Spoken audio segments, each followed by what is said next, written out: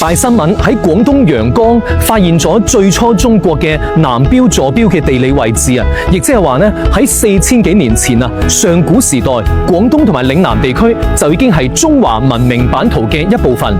所以嶺南並唔係某啲觀點認為嘅南蠻之地。嗱，今日嚟講下呢件事。首先咩叫南標呢？即係話呢，喺4000年前，當時嘅皇帝係堯啊，係一個賢君，好愛老百姓嘅。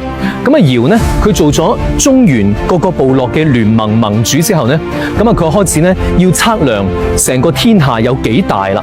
於是呢，佢就派咗4組人啊，一組呢向東去到山東、青島、黃島嗰個位置，睇住太陽呢喺海入邊升出嚟。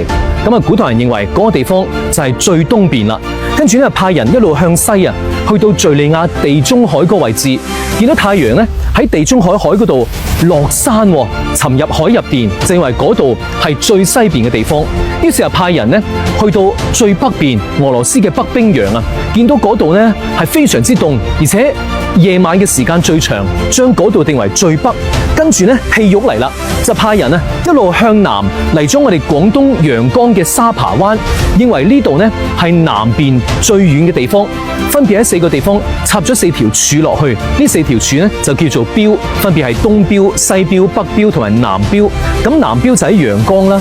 嗱，呢段歷史呢一直都記喺3000年前嘅《山海經》裏邊同埋《尚書》裏邊。不過好多考古學家都認為呢個只不過係一段傳說嚟嘅啫，係古代人幻想出嚟、老作出嚟㗎。因為嗰個時代有乜可能可以去到咁遠呢？所以一直冇人信。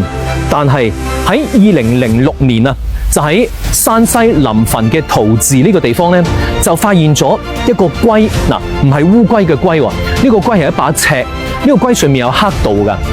咁啊，專家就考證呢，喺4000年前堯做皇帝嗰陣呢，佢就揾咗一把龜同埋一個標，立成一個90度咁嘅樣，跟住呢就周圍測，睇下邊個地方喺夏至嗰一日嘅中午時分，太陽曬落嚟嗰個影呢啱好係1尺6，咁嗰個地方呢就係成個天下嘅中心所在。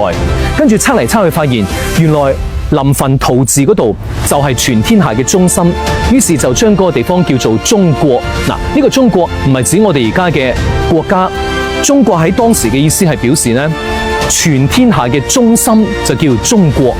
佢畫咗呢個中心之後呢，就以呢個中心為出發點啦，一路向東行，去到山東青島，向西去到敘利亞，向北去俄羅斯，向南就嚟咗廣東陽江，就測咗成個天下嘅範圍出嚟。喺確定臨汾陶寺就係4000年前天下嘅中心之後呢，考古專家左手揸住《山海經》同埋《尚書》，右手揸住現代嘅 GPS 衛星定位器，按住書入邊嘅指引一路向南行。